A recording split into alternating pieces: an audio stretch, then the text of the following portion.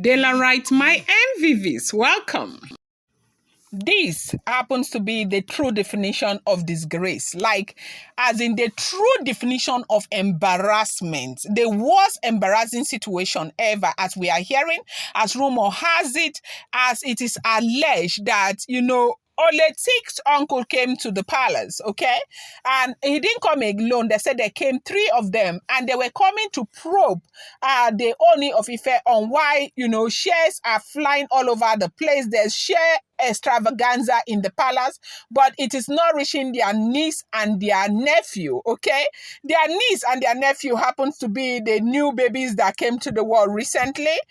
And, we have heard of Ooni of Ife sharing this and sharing that, but for some reason, nothing is going to this one. So the families have been worried. And you do know that we had a report the other time, if that information was true, that oil well that is in somewhere around Delta State, Port Harcourt, they said that the uncle had already gone and stationed himself there and started acting as the director and all of that, because as soon as their daughter had those children, they thought that it was free ticket to owning stuff and pushing Tadenikawo out. But in fact, when people do not know that anybody that God is standing for that person, this is what you get, as in you get this level of disappointment, you get this level of dissatisfaction and all of that.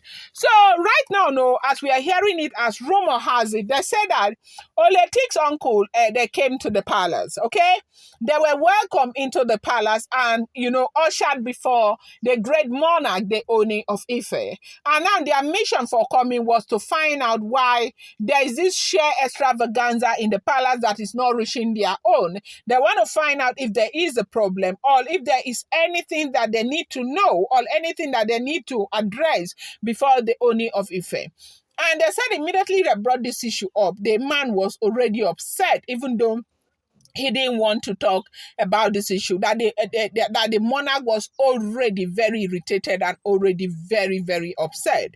But, without making an issue out of this, they said the monarch went ahead and, told them that indeed there was no issue, and that he is a man, he is king, and these things belong to him.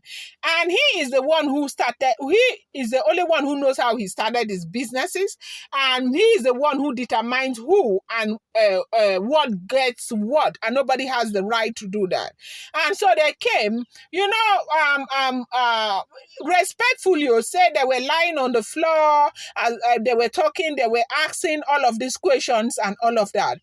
Now, what happened is that if you look at the way the monarch sits, okay, there's this place where he receives his guests. The place is prepared as a stage, okay? And he sits up there with his subjects, okay? Some will be fanning him, some will be playing drums for him and all of that. These other people sit very far away from him, okay? Now, they said when these men entered the palace, okay, and they were ushered into the monarch. Now, normally they will go very close to go and greet him. Some will kneel down and some will lie down.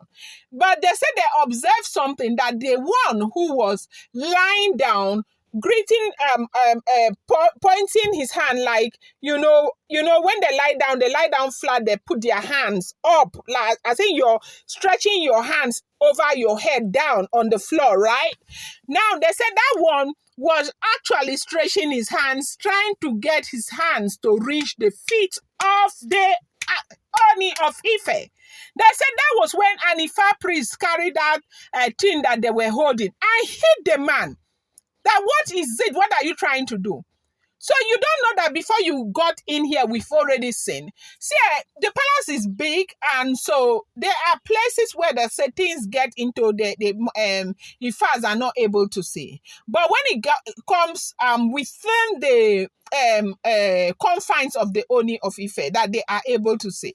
So they knew that, this person came in with some kind of weak charm that he thought that they would be able to use to touch Kabiesi, so that, whatever they say will sink, and whatever they say, whatever decision that they make for him, he's going to take it. And they did not know that they were going to see it. And when the Ifa priest carried that in and hit that man, they said the man withdrew his hands immediately, and the man was shaking. Now, they said, Kabiesi asked the man that, why are you shaking? What is wrong? Because at that time, Kabiesi already knew. Now, you know something? We heard that, Ile Ife is a house of 401 deities, okay? 200 of those deities have been turned to monuments. They still have 101. 200. 200 are still being honored, worshipped, appreciated, and won. But there's one deity that is a living deity, is the Ooni of Ife. And that is why, you see, when all of these women will be doing this, their brujeke waka, I'll just be looking at them, I'll be pitying them. Sometimes the man does not talk, not that he doesn't know. And I am surprised that people who know this culture and tradition will want to do this. That is, if this information is the truth, if this information is the truth, because I do not live there. I don't know anything about these things. Now, hear me, self, I hear, okay? Now, if this information is the truth, sometimes I pity some of these people. I really pity them, honestly. Because people are just joking with their lives, and people are just joking with tradition and culture and all of that. As if we are not Africans, as if we were not taught. Anyway, sorry about that. So they said that when they hit the man started shaking and shaking and shaking. So they said Ifa priest now went to him and asked him, what is he carrying? He said, no, he was running his mouth. No, carrying what? Ifa priest had already seen what he was carrying. They said it was some kind of, allegedly, or not be me talking here. Whether the information is true or not, I do not know. They said he was carrying a talisman that he brought there. And as long as that talisman was in his pocket, if he had touched Kabiesi would have been able to honor all his words. So basically, they came there to tell Kabiesi what to do, how to share things and also add their own and all of that. And they said that when Ifa priest went to go and search him, they saw the talisman he was carrying.